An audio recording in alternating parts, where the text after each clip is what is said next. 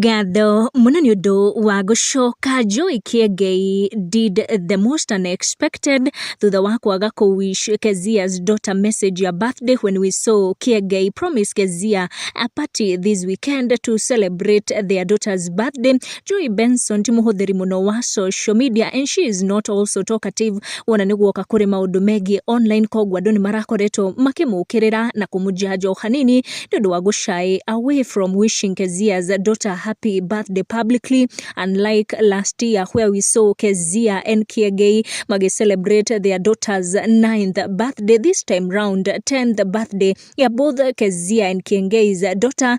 Joy joined both her husband and Keziah in birthday celebrations. Korea, they all celebrated together nashia as a family and also friends and extended family. Kiengei posted bishasho the akionania how the day was a success. Make wish their daughter happy birthday.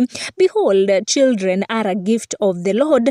The fruit of the womb is the reward. Like arrows in the hand of a warrior, so are the children of one's gift. Ile shugo shamwanya muno cia gikeno iria Kiengei yakorirwo akiaria ori ni marage celebrate muthenyo wa mwanya muno akiuga how blessed is the man whose quiver is full of them. They will not be ashamed when they speak with their enemies in the gate. Kogwo Kiengei, his wife Joy, and also ex-partner Keziah wa karaoke came together this weekend gukoro celebrate in a special way their firstborn daughter Opa uliokorirwa gitana 10 years. Tugathi na mbere na kumuish nothing but the very best and a happy birthday. Make sure ni turn on your notification or subscribe niguo hingo ciothe ugakorwo uri wa mbere gukinyirwo ni updates cito. Tucemanie na wa next one.